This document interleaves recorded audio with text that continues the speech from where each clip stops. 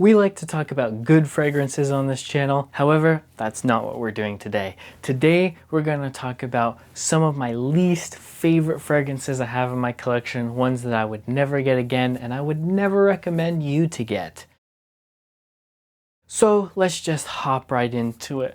First off, a fragrance that I would not recommend is Penhaligon's Halfeti. Now, when I first started getting into fragrance, there's this one guy who glazes this, Cal Cologne. You might have heard of him.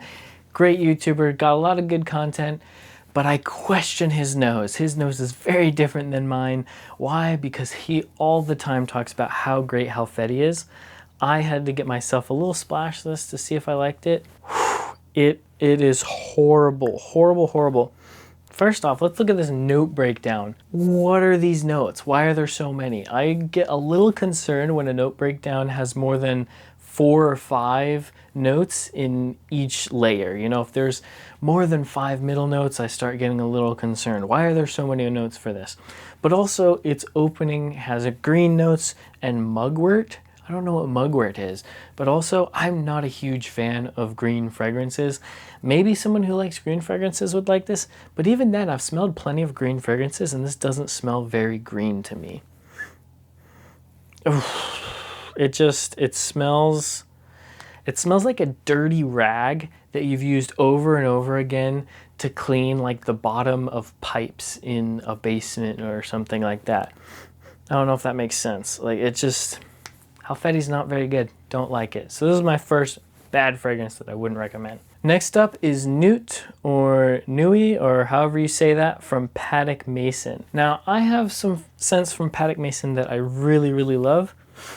So looking at the notes of this fragrance, I'm not really sure what it is I don't like. Maybe it's just a bunch of these weird things like the pear and the resin and nutmeg at the top and maybe into the clove at the middle. I don't know. Maybe these weird notes combined is what gives this a profile that I just don't enjoy. I really don't think it's that good.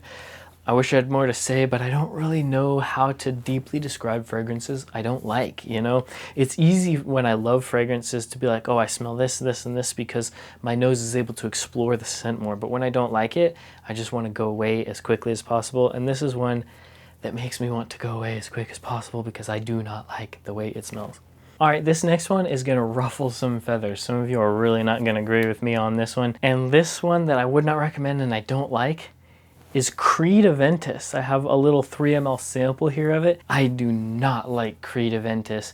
I'm not sure if it's the black currant in it or how it's just blended, but to me, it's really sharp and it just, the fruitiness in it is super weird. It's just, I don't understand how people like this one. And I love Baccarat Rouge 540, and I'm sure some people think that about me. Oh, how does he like Baccarat Rouge 540? I feel that about Creed. Creed, specifically Aventus, sorry. Creed Aventus, not good. I would never buy anything more than this sample that I have. And along with that, I have Club de Nuit Intense Man from Armaf. I've got a little 10 ml of that, and that is a dupe of it. I will say if you're looking for a Creed dupe, this is very close. This is very, very close. It's closer than Untold is to Baccarat Rouge 540. This is much closer to Creed. But I don't like the way it smells because I don't like the way Aventus smells. So these two kind of together do not like. And while we're on the Creed route, another Creed I don't like is Creed Virgin Island Water. Now I thought I was gonna love Virgin Island Water, and the reason why is because this is a coconut scent. I love coconut, but this scent is probably the best in this group of bad scents I'm talking about today. However, my problem with Virgin Island Water from Creed is I only smell lime, like a lemon lime. That's it. Throughout the opening, the middle, the dry down, I only smell lime, and it's not a good lime. It's like a sour lime lemon, like a sour one, not a sweet one that smells nice. It's sour and gross and just abrasive to my nose, and that is really sad to me because I had really high hopes for this as a coconut lover and someone who likes really beachy vibe fragrances. Like I love a lot of the city rhythms that have that beach kind of vibe to them, but Virgin Island water falls short. So this is another do not buy in my opinion, which I know this one's also gonna ruffle some feathers. And the last fragrance in the bunch, if you saw my rack store fragrance videos, you know what's coming. I hate Lattafa Assad Zanzibar. This thing is horrible. I'm not even gonna open it and give it a sniff to confirm because it's so bad. Every time I smell it, I've literally almost thrown up trying, like sniffing this fragrance.